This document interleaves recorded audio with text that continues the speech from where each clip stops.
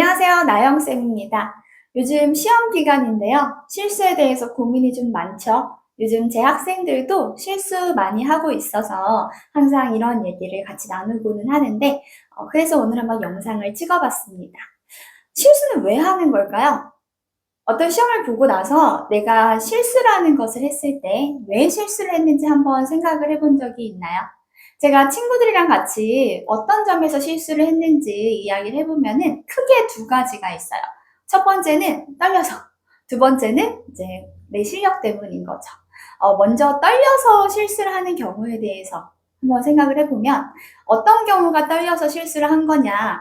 나는 평소에 선생님이랑 같이 시험을 볼 때는 어느 정도 내가 받는 점수가 일정하게 나오는 편인데 꼭 학교에서 어떤 실전 시험만 보면은 거기서 내 실력보다 툭 떨어지는 성적을 받을 때 그때 특히 내가 좀 떨려서 시험을 잘 못 본다고 이야기를 할 수가 있을 거예요. 그러면은 이렇게 떨려서 시험을 못 보는 친구들은 어떻게 이거를 커버를 할 수 있을까? 선생님이 제안하는 방법 몇 가지가 있는데 그중에 첫 번째는 일단 평소에 시간을 재면서 시험을 보는 연습을 많이 해두는 거예요. 그리고 내가 학교 시험이 만약에 50분 또는 60분일 텐데 50분이라고 치면 평소에 내가 시간을 재고 시험을 본다라고 했을 때는 웬만하면 40분 이내에 끝내는 연습을 해두는 게 좋습니다. 왜냐하면 시험장에 들어가면 평소보다 조금 더 많이 떨리고 내 예상보다 시간이 빨리 흘러가는 걸 느끼게 될 거예요. 그리고 원래 시험지가 가지고 있는 난이도에 비해서 내가 체감하는 난이도는 항상 조금 더 높을 수밖에 없어요. 되게 운이 좋지 않는 한 보통은 아이들이 많이 떨리는 그 시간이기 때문에 자기가 생각하는 시간보다 분명히 더 빨리 시기가 흘러가고 있을 거거든요. 그래서 평소에 조금 더 타이트하게 시간을 잡아서 좀 연습을 해두는 그런 게 도움이 될 거고요. 그다음에 만약에 나는 평소에 빨리 푸는 것도 정말 문제가 없었고, 나는 그냥 이렇게 평소에는 빨리 시간도 하나도 부족하지 않고 그냥 잘 풀어. 근데 또 시험장만 들어가면 이상한 짓을 계속해. 근데 내가 스스로 너무 떨리는 게 느껴지고 내 심박수가 막 올라가는 게 느껴져서 진짜 막 멘탈이 붕괴가 되고 그런 상황까지 온다. 그러면 정말 심각한 거잖아요. 네, 이런 친구들이 근데 수학 시험에서 특히 많거든요. 수학은 내가 좀 열심히 연습해온 것도 연습해온 건데 그 실전 시간이 너무 좀 급박하게 흘러가고 또 이렇게 심박수가 막 올라가면은 머리가 잘 안 돌아가. 내가 탁 막혀가지고 풀 수 있던 것도 잘 안 풀릴 수 있거든요.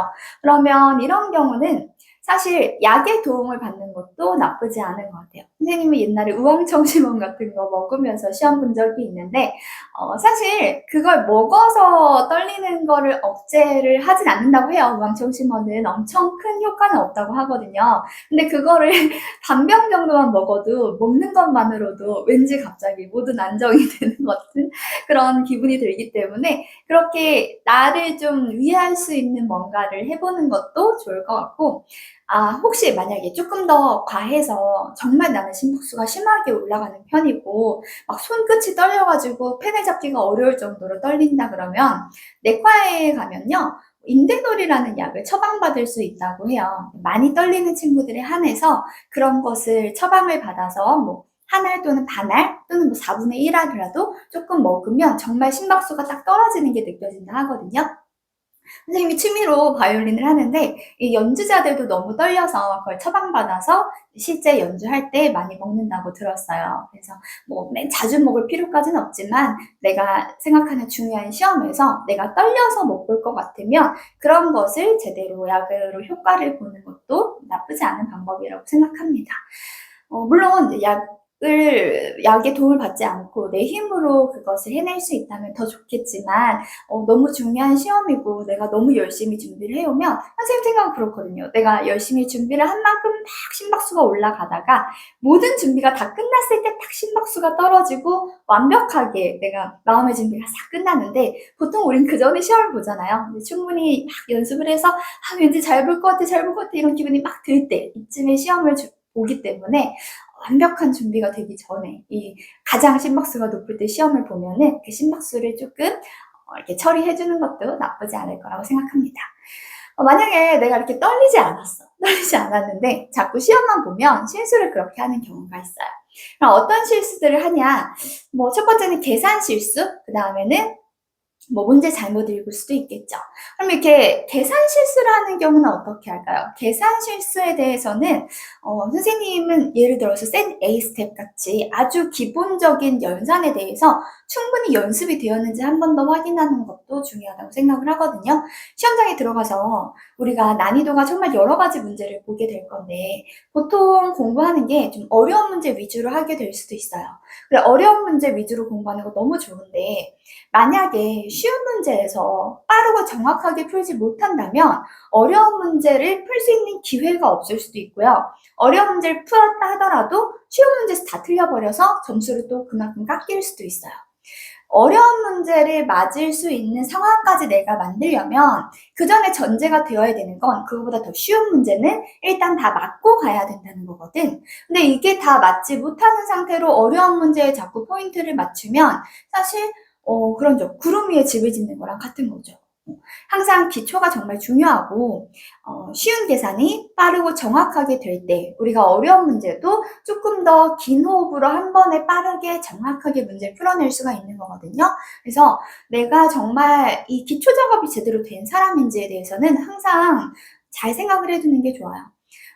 정교권에 공부 잘하는 친구들도 자기에 대해서 부족한 점을 계속 파악을 하고 내가 만약에 어떤 예를 들어서 로그 계산이 조금씩 느린 것 같아. 그러면 그 연산 부분만 문제를 100문제, 200문제 풀 수 있는 거거든요. 내가 지금 수준이 이 정도인데 나는 A 스텝을 풀 때가 아니야. 이렇게 하는 게 아니고 내가 지금 어디가 약한지 특히 나만 약한 부분은 내가 가장 잘 알고 있기 때문에 그 부분에 대해서는 좀 짚고 넘어가는 게 좋을 거예요. 그래서 연산 문제 같은 경우에는 좀 쉬운 문제집이 따로 있으니까 그런 거는 사실 마음만 먹으면 하루 만에 다 끝낼 수가 있잖아요. 이게 마음 잡고 확 끝내버리면 자신감이 확 올라오거든요. 그래서 그런 부분에 대해서 연산 공부를 해두는 게 좋고 만약에 나는 그런 문제집만 풀 때는 또 잘해. 나는 실제로는 잘하는 것 같아. 근데 시험에서 자꾸 뭔가 잘 안 돼. 그러면 시간을 재고 한번 해보세요. 그냥 편하게 푸는 거랑 어떤 시간 제한이 있을 때 내가 얘기를 잘 풀어가기 위해서 연습하는 것도 다른 거거든요. 그래서 시간 제한을 두고 한 페이지에 1분 아니면 한 페이지에 몇 초 이런 식으로 해서 문제 수에 따라서 내가 좀 적당하게 시간을 재면서 시간 좀 줄여 나가는 동안에 틀리는 건 하나도 없게 잘 해낼 수 있는지 그런 연습을 한번 해보는 게 좋습니다. 그리고 만약에 문제를 잘 못 읽는다. 문제를 내가 자꾸 제대로 못 읽는다 그러면 문제에서 필요한 조건에 동그라미를 제대로 쳤는지 한번 확인을 해보세요. 영어 공부할 때는 보니까 동그라미도 치고 세모도 치고 하던데 수학 문제를 풀 때는 그냥 숫자에만 동그라미 뻑뻑뻑 치고 문제 읽을 때도 숫자 이렇게 읽는 경우들이 있잖아요. 그렇게 공부를 하면 안 되고 수학 문제도 문제 조건에서 첫 번째 줄, 첫 번째 그 문자부터 시작해서 마지막에 마침표까지 정확하게 단 해서 주어져 있는 것까지 빠짐없이 다 써먹어야 답이 나오는 거잖아. 그치? 예를 들어서 실수 조건, 아니면 좀 특별한 유리수 조건, 이런 것도 있을 수가 있고, 어떤 문자에 대해서 단 A는 0보다 크다. 양수 A에 대해서 이런 식으로 어떤 문자 바로 앞에 한글로 주어져 있을 수도 있는데 그렇게 한글로 주어진 것에 대해서 특히 더 제대로 못 읽고 넘어가는 경우가 많거든요. 문제를 읽을 때 조건에 해당하는 것은 좀 동그라미를 쳐가면서 읽어주면 더 도움이 많이 될 거예요. 그 다음에 만약에 나는 답이 잘 안 나온다. 이런 친구가 있을 수 있죠. 문제 풀 줄은 알아. 어떻게 푸는지 흐름은 잘 아는 것 같아. 근데 답이 잘 안 나오는 친구는 잘 보면 적당히 풀다가 해설을 보고 넘어가는 경우가 있어요. 저는 해설 잘 안 보는데요 할 수도 있는데 해설을 안 본다는 건 어떤 거냐 하면 내가 문제를 읽고 그 문제를 읽고 식 쓰는 것도 내가 쓰는 거고요. 그 식으로 마지막에 답을 내는 것까지 단 한 번도 해설을 보지 않고 내 힘으로 풀어내야 돼요. 잘 생각해 보세요. 시험장에 들어가면 나 혼자 문제를 읽고 문제를 해석해서 식을 쓰고 그 식을 잘 풀어내서 마지막 답을 내서 그 답을 마킹하는 것까지 전부 다 내 힘으로 해야 됩니다. 이 과정에서 단 한 번의 실수도 없어야 정확하게 우리가 답을 구했다고 이야기를 할 수가 있는 거잖아요. 근데 내가 그 과정상에 어떤 것을 소홀하게 하지 않았는지 한번 잘 생각해 보세요.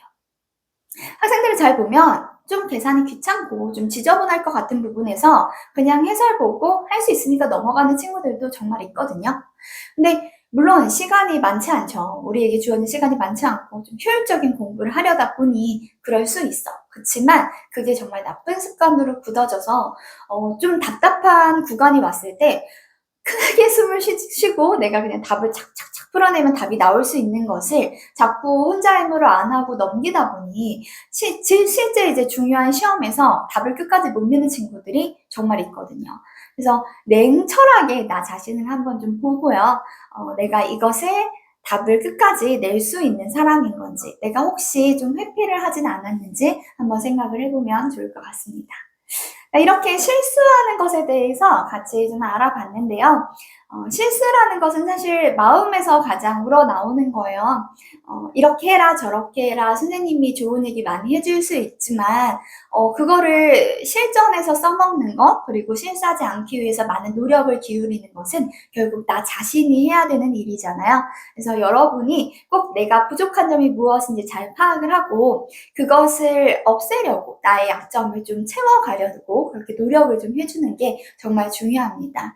그래서 내가 목표를 정확하게 잡고 오늘은 이 부분의 약점을 꼭 내가 해결을 하고 끝을 낼 거야. 이렇게 좀 계획을 세워서 그것을 잘 해결해내고 만약에 이번 시험에서 나는 평소에 80점 이상이 나오는 실력이었음에도 불구하고 4, 50점대가 나올 수 있어요. 그러면 그 다음 시험에서는 다시 80점을 목표로 하지 않고요. 그냥 5, 60점 정도 받는 것을 목표로 해서 대신에 아는 것만 꼭 다 맞아야지, 내가 실수는 안 해야지, 이 정도로 한번 목표를 잡아보세요.